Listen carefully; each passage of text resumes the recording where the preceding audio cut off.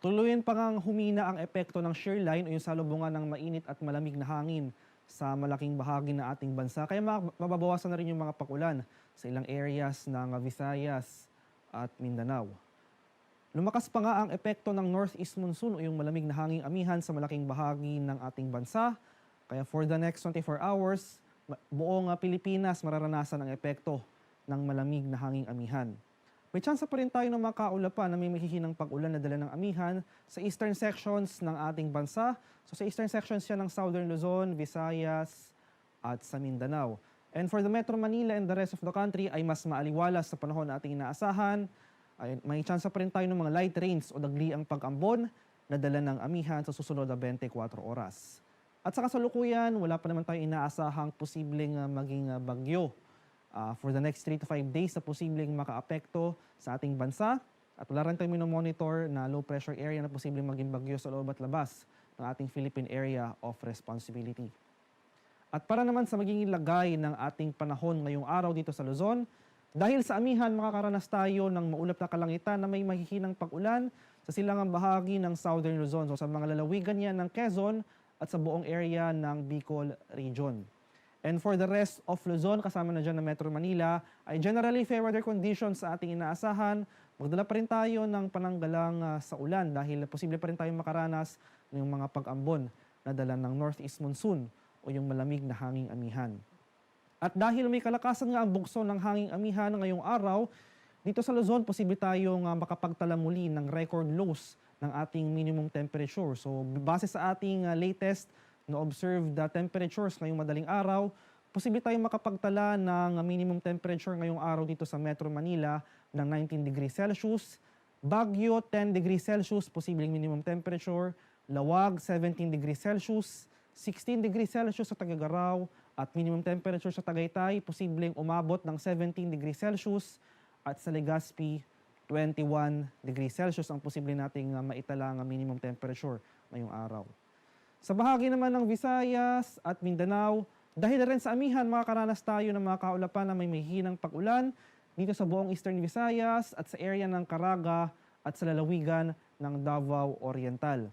And for the rest of Visayas and Mindanao, pati na rin dito sa area ng Palawan, ay maaliwalas sa panahon rin ating inaasahan. May tsansa pa rin tayo ng mga light rains o pag-ambon na dala ng amihan ngayong araw. At para naman sa kalagayan ng ating karagatan ngayong madaling araw, may gale warning tayo nakataas sa ilang baybay ng ating bansa.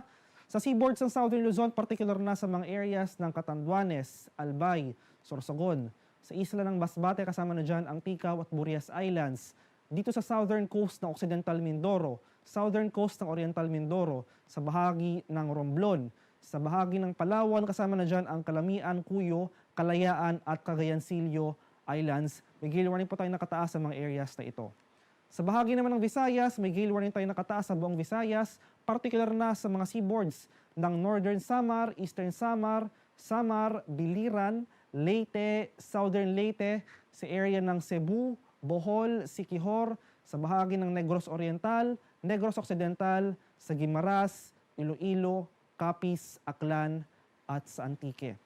Sa bahagi naman ng Mindanao, may gale warning tayo nakataas sa mga seaboards ng Agusan del Norte, sa bahagi ng Dinagat Islands, Surigao del Norte, kabilang na dyan ang Siargao at Bucas Grande Islands, sa bahagi ng Surigao del Sur, sa eastern coast ng Davao Oriental, sa baybay ng Zamboanga del Norte, sa bahagi ng Misamis Occidental, sa northern coast ng Lanao del Norte, Misamis Oriental, at sa isla ng Camiguin. May gale warning po tayo nakataas sa mga lugar na ito.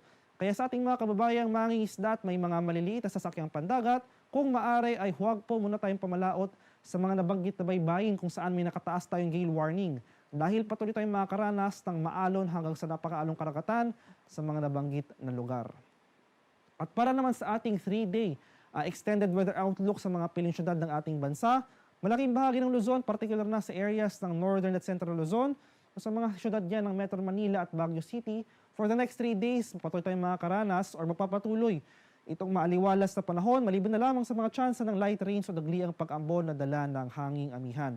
Asan pa rin natin yung posible tayong makapagtala ng mga mabababang minimum temperature sa madaling araw dahil inasan pa rin natin na may kalakasan ang bugso ng hanging amihan.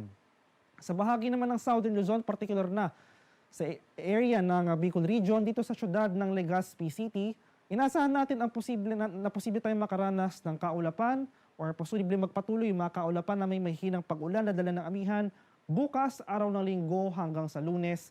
Asahan natin na mas tataas yung chance ng mga kaulapan at pag-ulan sa area na ito, pagsapit naman ng Martes, January 30.